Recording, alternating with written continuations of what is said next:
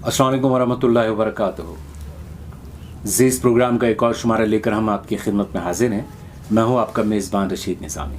आज हमारे साथ हमारे स्टूडियो में तशरीफ़ आवर हैं सैयद वारिस बुखारी साहब, सदर राबिता आइमा मसाजिद। खैर मकदम मौलवी साहब आपका।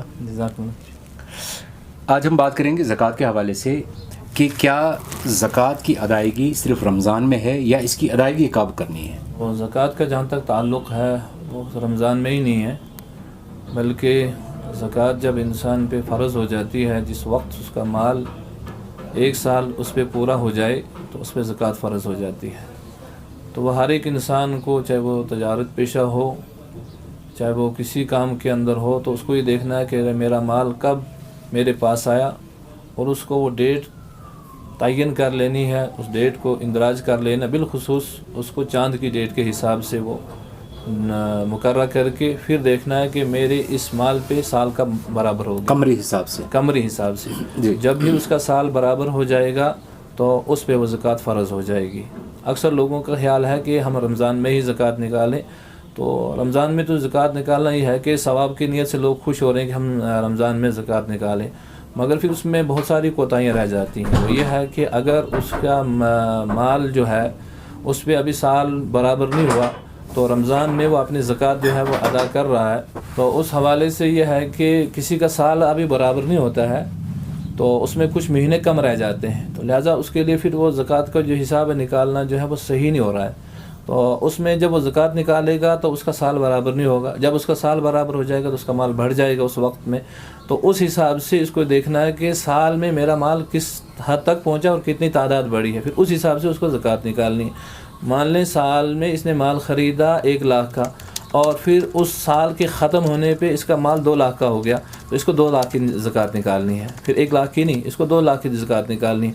अब अगर ये चंद महीने पहले वो ज़कात अदा कर देगा तो अभी उसका वो उस तादाद से कम होगा। मान लें कि उसका अभी वो 80,000 हुआ जी, तो फिर आगे जाके वो 2 लाख बन सकता था, तो उसकी ज़कात 80,000 होगी। जब उसका साल पूरा हो जाएगा तो 2 लाख हो जाएगा, तो उसमें 20,000 की जो ज़कात है वो बैलेंस रह जाएगी, तो जो उसका वो है अदायगी नहीं होगी और आधे माल की ज़कात जो है वो अदा हो जाएगी, आधे को नहीं होगी।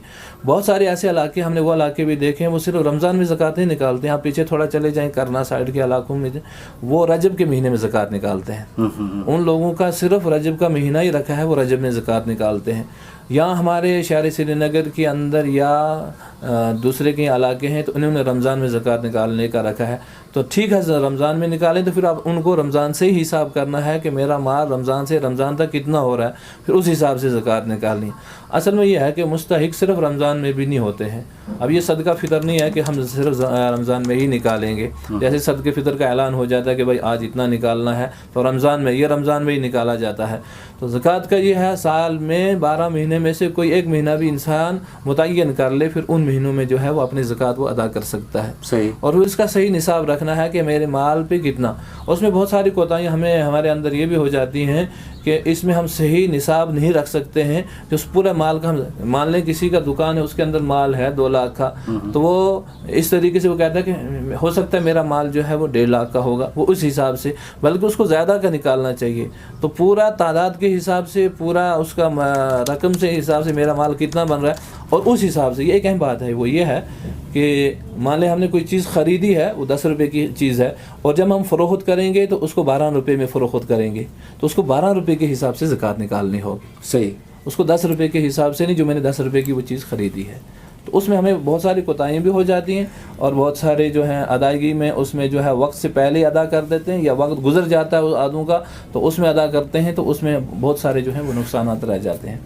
ज़कात की अदायगी का वक्त कौन सा है, आपने इस पर बहुत अच्छी बातें बताई मौलवी साहब, आपका बहुत बहुत शुक्रिया। जी सर। और देखने वालों सुनने वालों से लेते हैं इजाज़त। अस्सलाम वालेकुम।